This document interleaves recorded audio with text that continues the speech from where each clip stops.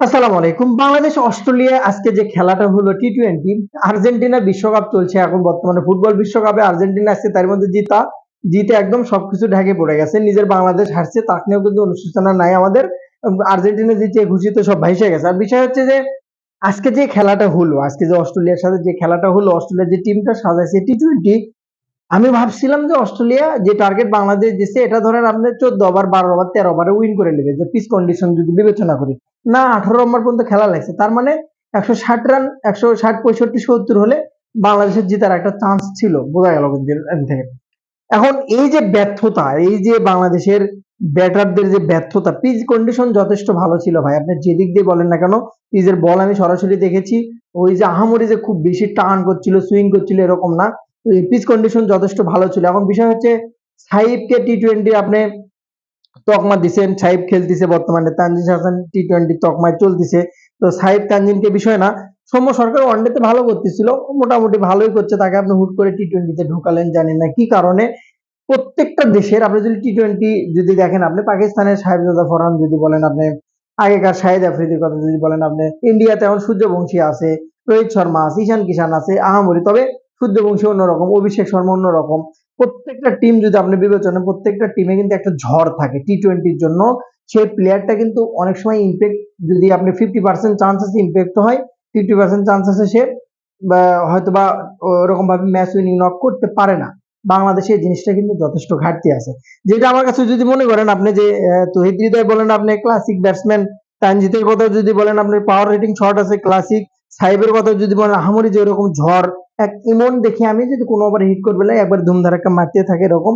আমি যেটা সহজ বাংলা কথায় যেটা বুঝাতে চাচ্ছি সেটা হচ্ছে যে যদি আপনি ওরকম ভাবে টি-টোয়েন্টিতে ইম্প্যাক্ট ফেলাবে বা ম্যাচ উইন করবে একটা ঝড় গতি যদি কাউকে নেন আপনি, যেমনটা যদি আমি উদাহরণ দেই, জিসানও কিছু ম্যাচ কিন্তু ঝড় ঘটছে, আমি নিতে বলছি না কিন্তু, ভুল বোঝেন না আমাকে।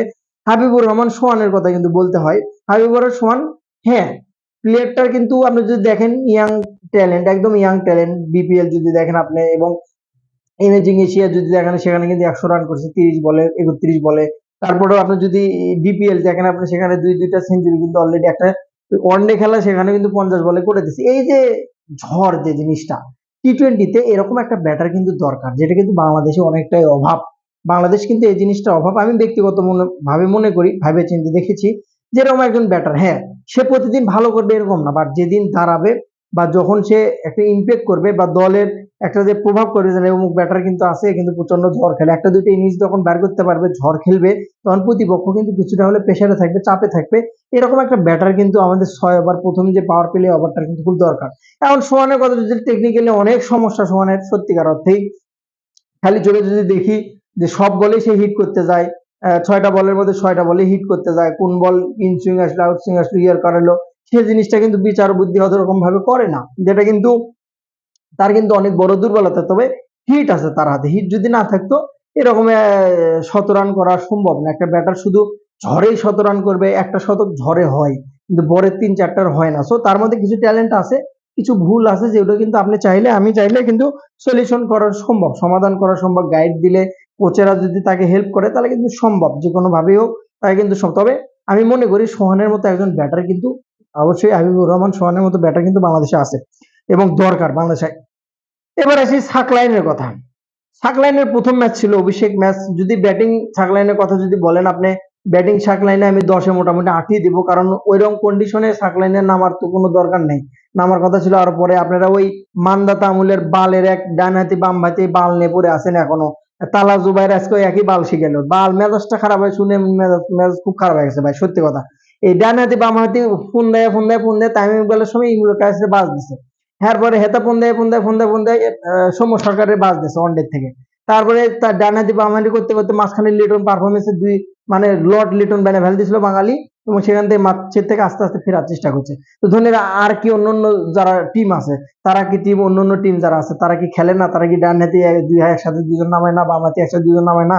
বালের এক্সকিউজে বাল নিয়ে পড়ে আছেন সবসময় জন্য, একই বাল এরকম এক্সকিউজ দেন। এই বাল করে করে মানে হুগা মারা সারা হয়ে গেছে বাংলাদেশ টিমটা। তো আমি মনে করি ডান হাতে বাম হাতে হুগা মারার ধান্দা না করে টিমটা সামনে থেকে কেমনে আগামী সেই চিন্তা করেন আপনি।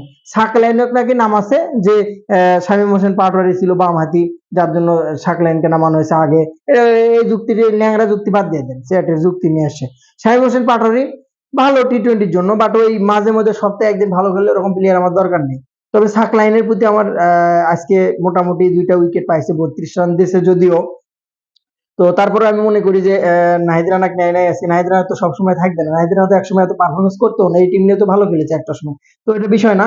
তো বিষয় সাকলাইনের বিষয়ে আমি স্যাটিসফাই যে সাকলাইনের প্রথম ম্যাচ ব্যাট হাতেও একটা ছক্কা মেরেছে এবং মোটামুটি মোটামুটি ভালো লাগছে। বোলিং যদি একটু যদিও মার খাইছে, কম রানের ম্যাচ তারপরেও মার খাইছে, তারপরেও আমি মনে করি যে 2টা উইকেট মোটামুটি স্যাটিসফাই। বাট আপনি যদি বিবেচনা করেন টি-20, আপনি যদি বিশ্বকাপ খেলতে চান, টি-20 ফরম্যাট চিন্তা করেন, তো এভাবে হবে না। একটা ক্লাসিক্যাল ব্যাটার বা একটা ঝড় ব্যাটার আপনি থাকতে হবে, মিডল অর্ডার আপনি টার্গেট করে খেলতে হবে, তাছাড়া আপনি কখনো কিন্তু জিততে পারবেন না। মিশেল মার্শ আছে খুব বেশি ভালো করতে পারেন, জস ইংলিশ কিন্তু 5 রান করছে, কুপার কর্নি যথেষ্ট ভালো খেলেছে, টিম ডেভিড ভালো খেলেছে, রেন্সও যথেষ্ট ভালো খেলে, মোটামুটি অ্যাভারেজ যদি নিখিল চৌধুরী অভিষেক ছিল আজকে, মোটামুটি অ্যাভারেজে বলা যায় মোটামুটি ভালো খেলেছে আজকে। কিন্তু সর্বোপরি বলা যায় বাংলাদেশ আজকে যেটুকু করেছে, তাদের ব্যাটিং ব্যর্থতা দুর্দান্তভাবে ফুটে উঠছে। অবশ্যই সোহানের মতো ব্যাটার কিন্তু অবশ্যই টি-20তে নেওয়া উচিত, আমি ব্যক্তিগতভাবে মনে করি। অবশ্যই আপনাদের মতামত কমেন্ট বক্সে জানাবেন। সেকেন্ড টি-20 বাংলাদেশ কি করে দেখার সময়ের অপেক্ষা। বেস্ট অফ লাক, ভালো থাকুন। আসসালামু আলাইকুম ওয়া রাহমাতুল্লাহ।